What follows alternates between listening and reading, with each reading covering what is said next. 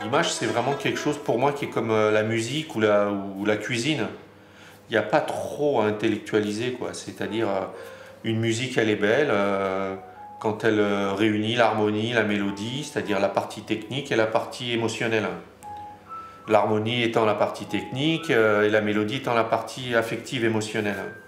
L'image, pour moi, c'est ça. C'est-à-dire que tu regardes et puis tu sais pas pourquoi tu es ému. Alors, les raisons pour lesquelles tu es ému, c'est intéressant. C'est ce que les différents peuples, en fonction des différentes cultures, qu'elles soient religieuses ou culturelles ou intellectuelles, réagissent pareil face à une même image. Mémoire. C'est la mémoire des Arméniens. Moi, je suis né ici en France. J'ai un héritage et cet héritage, grâce à la photographie et grâce à mon héritage, ce que moi j'en ai fait.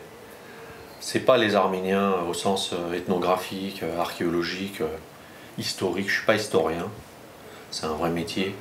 Je suis pas archéologue, c'est un vrai métier. Je suis pas journaliste, c'est un métier aussi qui a des codes. Raconter mon histoire, en fait, c'est plutôt la mémoire de ma mémoire, l'histoire de mon histoire.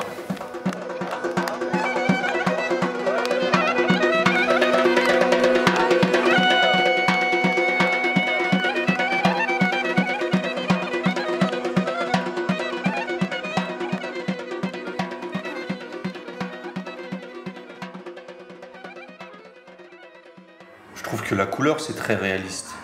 Le noir et blanc, c'est abstractif. Le noir et blanc, c'est abstractif par essence, en fait. Directement, tu es dans l'abstraction. Même si la photo, elle est réaliste, bah, le noir et blanc apporte de l'abstraction. Et moi, en couleur, c'est ce que j'essaie de trouver, justement. Une forme d'abstraction en couleur. Mais en restant dans... comment dire, dans le réel, quand même. Oui. Pas être dans quelque chose de plasticien, quoi. C'est-à-dire... la difficulté, c'est ça, c'est pouvoir avec la couleur être dans l'émotion, quoi. C'est plus compliqué. Non, parce qu'en fait, ce que tu ressens dans une scène que tu vis, ça va pas forcément se traduire par une photographie. Il y a le filtre de l'appareil qui fait que il y a un décalage entre ce que tu ressens et le fait que ce soit une bonne image. Parce qu'une bonne image, c'est un miracle.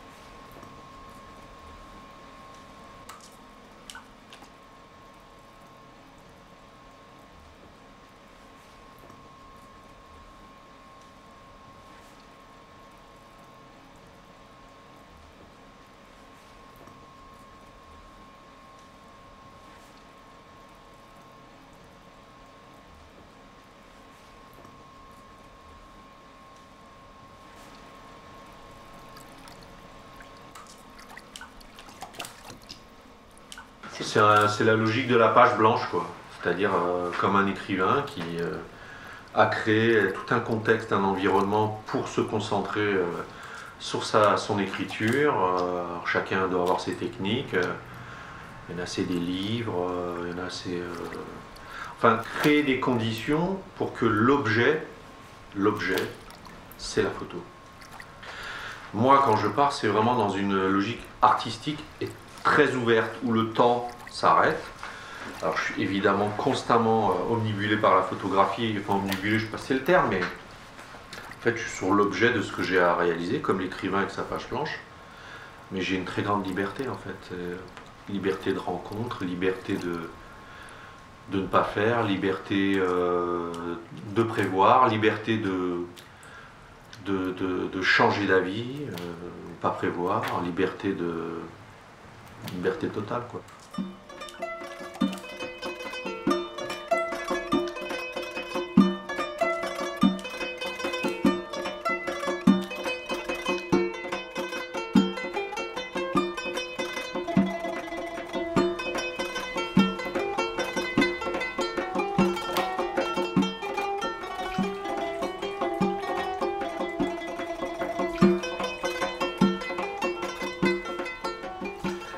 Ce que j'aime bien dans ces parenthèses-là d'aventure, c'est vraiment le fait d'être bien, de ressentir le plaisir d'avancer, de pouvoir aller à droite, pouvoir aller à gauche, comme on veut, enfin rencontrer des gens. C'est ça qui est important pour moi. Et les photos viennent, obligatoirement. Les photos, elles viennent, c'est obligé. Dès que t'es pas bien, tu peux être sûr que les choses se font pas. C'est marrant, mais c'est pas mystique, hein, c'est comme ça que les choses se font, quoi.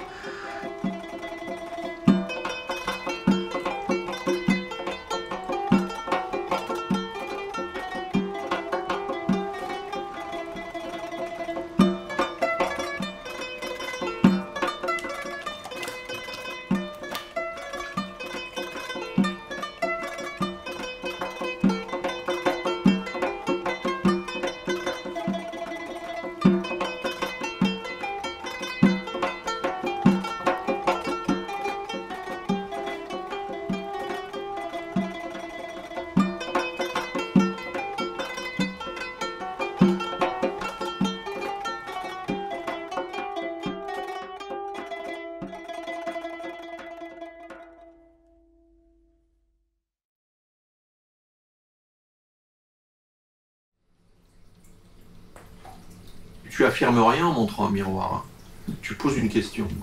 Donc moi, c'est un peu ça que je veux dans mon travail. C'est pour ça que je n'ai pas envie trop qu'il y ait de texte, pas de légende, une légende métaphorique, bon, peu importe. Parce que c'est important aussi que les gens puissent comprendre pourquoi j'ai fait cette photo. Il n'y a rien d'anodin dans mon travail. Le lieu dans lequel je fais la photo, l'histoire que je traite, si la photo est réussie, c'est jamais anodin. Mais en même temps, j'affirme rien. Je ne suis pas là pour affirmer quelque chose. C'est plus un miroir, tu vois.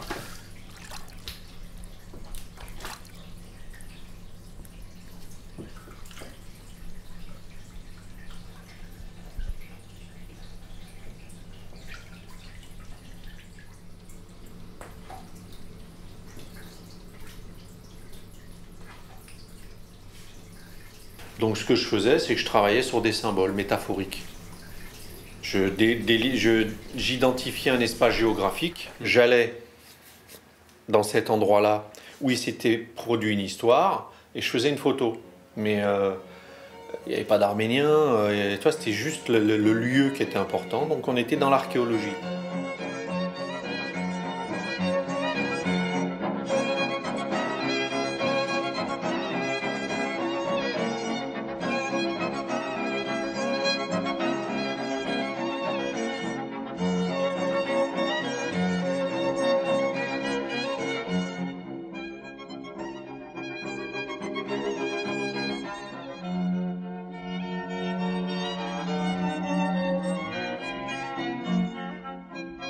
Un artiste doit être artisan, mais un artisan n'est pas forcément un artiste en fait. C'est-à-dire que tu vois pas des grands artistes qui n'ont pas une maîtrise technique. Quelqu'un qui dure, c'est forcément quelqu'un qui est boulimique de travail, forcément quelqu'un qui a appris énormément de choses et qui a digéré tout ça pour l'utiliser pour sa propre expression.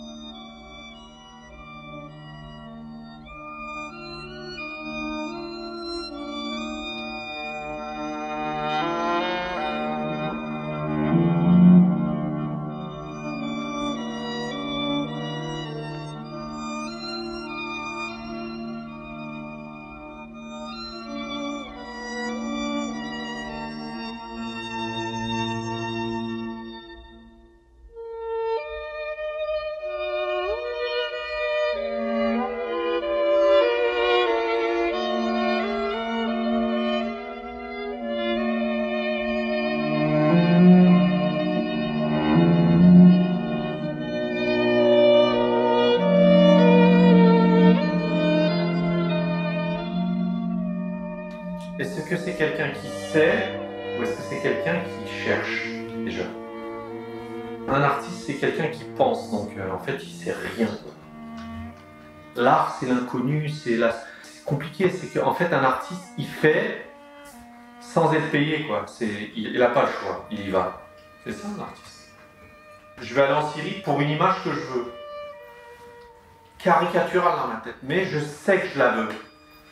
Je sais qu'il faut des rails, je sais qu'il faut un train, je sais qu'il faut des réfugiés, c'est tout ce que je sais. Et quand je la réussis, je ne sais rien à voir avec ce que j'avais dans la tête, quoi.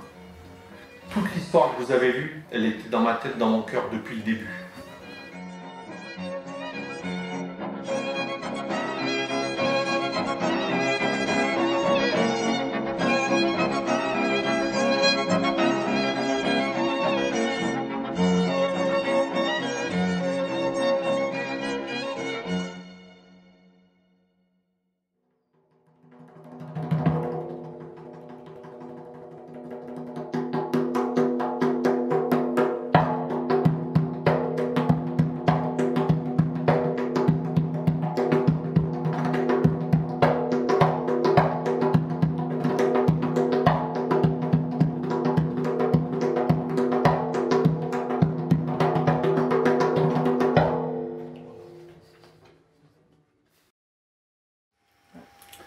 Cartier-Bresson avait ses archives chez Picto.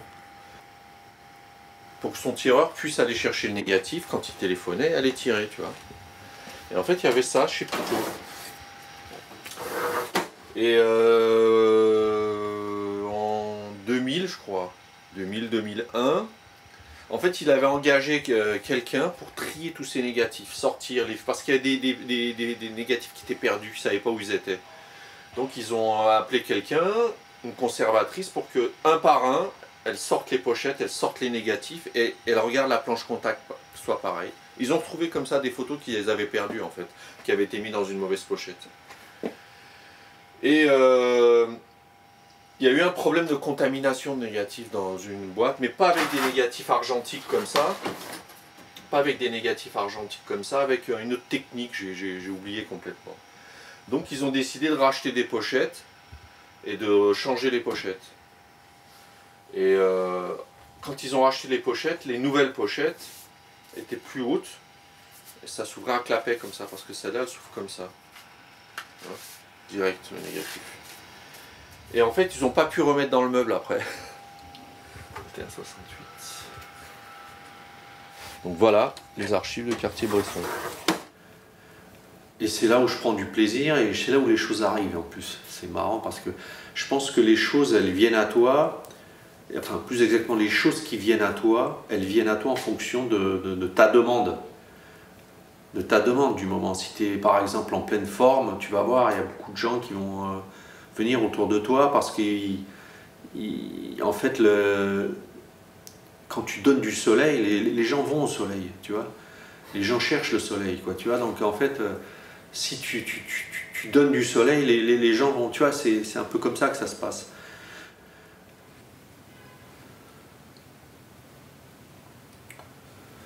C'est ça que j'aime dans la photo, c'est que tu es dans le réel en même temps.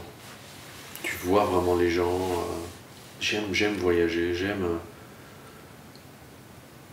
être seul, j'aime tout ça, quoi. J'aime pas être en groupe. Sauvage. J'aime bien cette idée d'aller à un endroit et combien de fois je marche seul en Turquie alors que c'est pas évident, quoi. Un Arménien en Turquie, c'est calmé aujourd'hui, mais seul, avec du matériel, tout ça, c'est dangereux. Hein. Mais j'aime bien.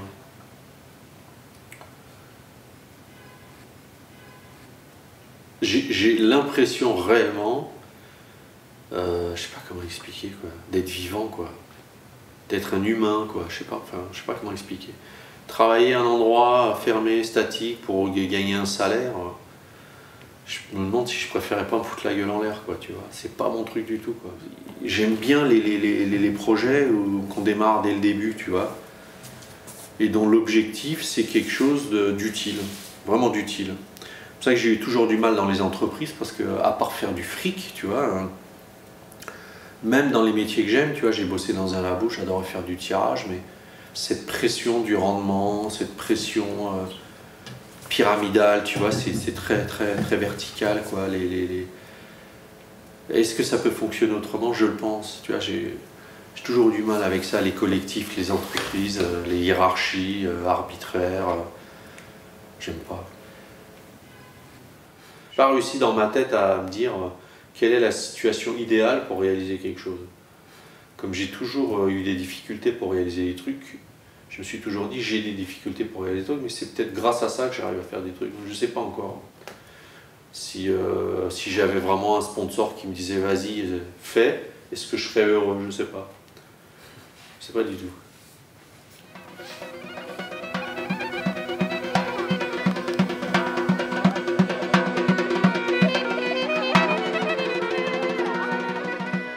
Un bon anarchiste qui se respecte, je devrais refuser de vendre à des collectionneurs. Mais le problème, c'est que dans la photographie, si t'as pas l'argent pour partir, tu peux pas continuer. Moi, mon problème, c'est de continuer.